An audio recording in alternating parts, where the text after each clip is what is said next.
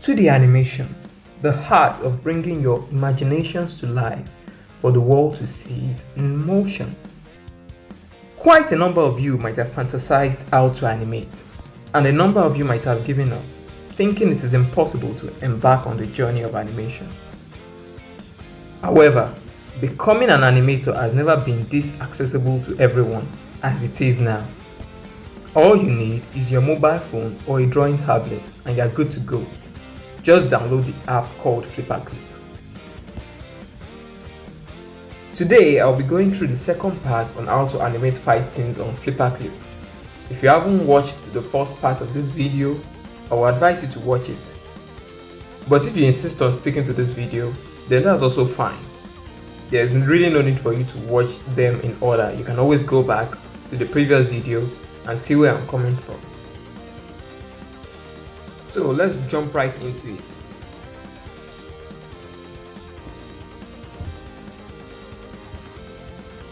Now, one of the things that I want to add when animating your fight scenes are these space blurs. I believe I explained it well in the previous video. But the reason why I want to do this is to give your punch an illusion of speed. So it makes it seem as if it's faster than it actually is right before the punch lands.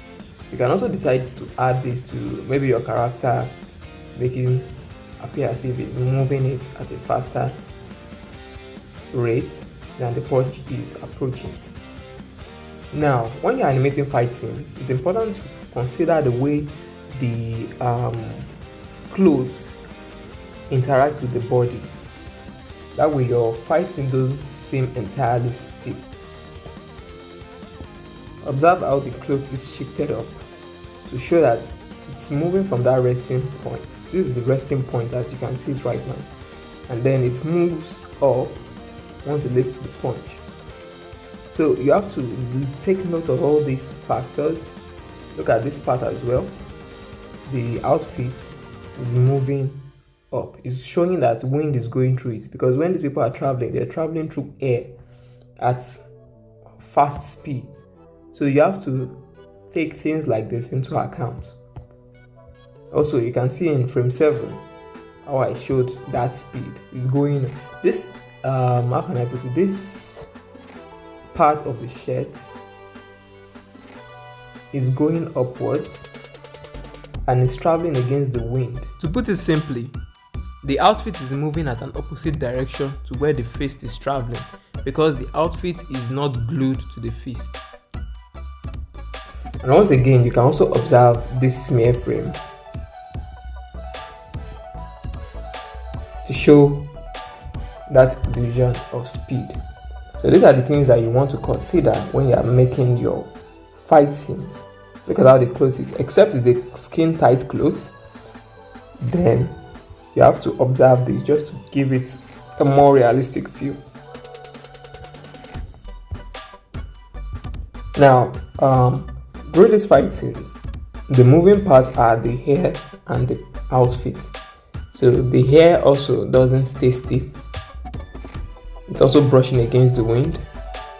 This here, on the other hand, it's quite stiff, so there is really no change to it.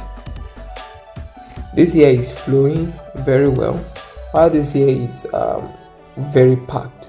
So we don't need to add that dramatic shift in the movement of the hair. So there's a balance there. Now, you have to observe all this when you're making your animations. They are very important. Maybe if you have a belt that is loose, you also want to make sure that it moves loosely. If you have something that is stiff, then it stays stiff.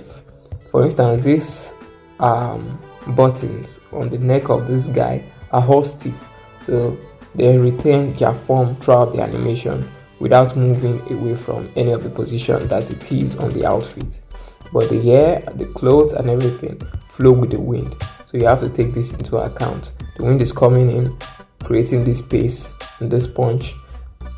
Yeah, so you just move freely when you're making your animation. Now, another part I want to explain when I'm making my animation is adding effects whenever punches connect.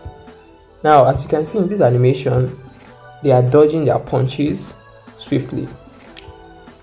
But there is a part here where the kick connects. Now you can choose to leave it this way, but adding an effect will make this impact much more noticeable. And let me just change the background of this animation so that you can contrast the effect when it is added.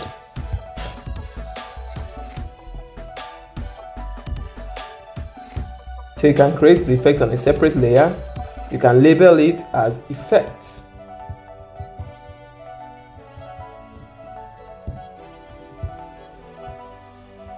And then you can just add these white lines. Usually when I'm doing my effect, I prefer to use white ink and just add these random lines of impact and make them spread out from the point of contact.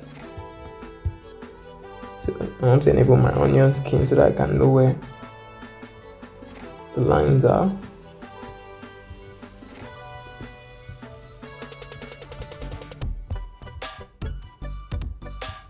So adding things like this will bring the focus to the kick in case the viewer misses it.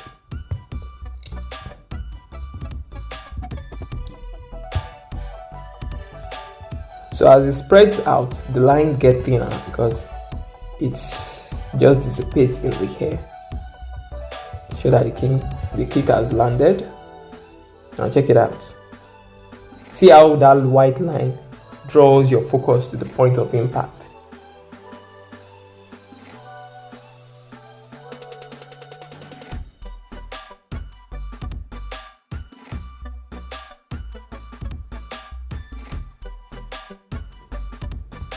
Now, another thing you can do to make it much more visually appealing is to add the glow effect to this effect that you've made.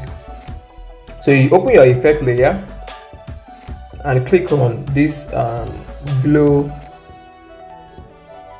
side. Okay, so you can look at it now. It's even much more pronounced now that you've added a glow effect to it. So now if I'm going to play it back, look at what it looks like. It's already looking much more impactful. Then another aspect to make your fight scene look really good is cameras. Adjusting the cameras can make an ordinary mediocre animation even look way more professional than it actually is. And for that, we're going to use a video editing app called Kinemaster to add our camera movements. But for now, I want to change the background color of this animation so that it can be much more visible to the viewers. Alright, now that I've switched to grayscale, I'm going to go to my app and I'm going to first make a movie.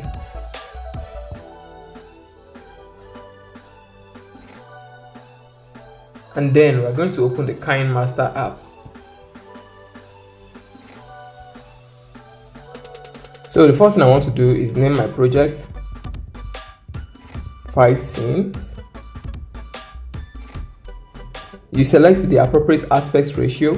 For me it's 16:9. Then I create.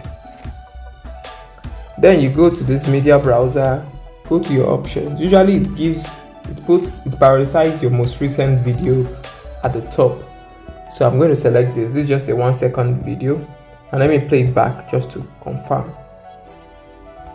Now that I've selected my animation, I want to zoom in on my animation file, just expand it so that it's much more easy for me to see every action when I scroll to the left or scroll to the right. Now I'm going to click on this layer of my video. I'm going to move to the top left of my screen and select duplicate as layer. This will turn this video that I've selected into a different layer of animation, or it's going to make a duplicate video on a different layer. Now the reason why I'm doing this is because I want to be able to move this camera as I make my fight scenes. You can do it with the original or the base template of your video, or you can make this adjustment on the layer part of your video. So if you're familiar with Kinemaster, it's something that's been very easy for you to figure out. But even if you're not, there's nothing really much to it. Now you want to increase the overall size of your video, and then you use these guidelines to center it. Now that it has already been centered, you're going to come over here. There's an icon over here, and this is what you use to apply keyframes. These keyframes are for you to put the position of your camera at different points in which you select. So by clicking on this keyframe at this point of your video, you have this 0 or this spot, this icon on that spot. Now once you move to that icon, it's quite difficult to figure out sometimes. You can adjust your camera by moving it. So now I'm going to move the camera a little bit to the back while it throws the punch. Then I'm going to scroll on to the next scene. I usually try to center the camera to a point that fits, that best captures all the characters. You know, they are moving at different pace, different angles. So sometimes, you know, imagine you're a cameraman, you want to follow the action and you want to center the people that are fighting so that everyone can see them as best as possible. So while this part is still selected, once you move, it's automatically going to apply another keyframe. You don't need to click this part again. Just move your layer and you see it has automatically added the keyframe. So I'm moving the character upwards so that people can follow the movement of the character. Now this guy tries to land another punch, so I'm going to follow that punch and try to center that punch, but not entirely. So, but the punch, as you can see, has crossed the guideline, so I can shift it a little bit to the side. Although there is no one-way rule to this, you just have to do it in a creative manner and choose what works best for you.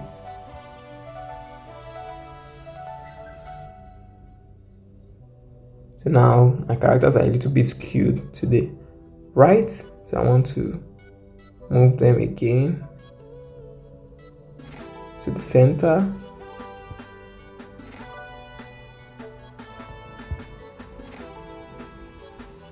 And right now I would love to follow the kick, so I'll raise it up a bit,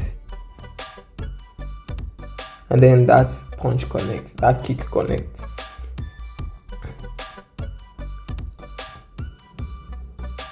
So you can maybe zoom out by reducing the overall size of your animation after the kick connects. So you really don't know what you are getting until you play it back, just to see what it looks like. Now check this out. It's a 1 second animation, but look at it. It looks suddenly more impactful now that you've added camera shakes to it.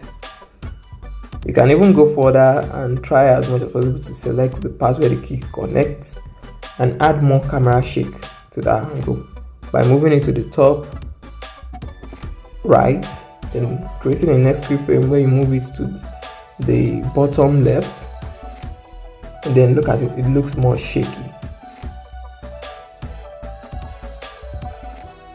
Now suddenly your fight scene looks more impactful. So in addition to what I just explained, when you're adjusting your layer of your second video, just be mindful not to let the borders of that layer exceed the actual borders of your Kinemaster camera, unless people can actually just see a black spot or a white spot at the edge of your video. So you want to avoid that. This concludes the tutorial video on how to make fight scenes using Flipaclip and Kinemaster. Thank you if you made it this far, and thank God for making this video possible. Hopefully, I'll be dropping another tutorial video on how to elevate your fight scenes to the next level by adding impact frames. Take care.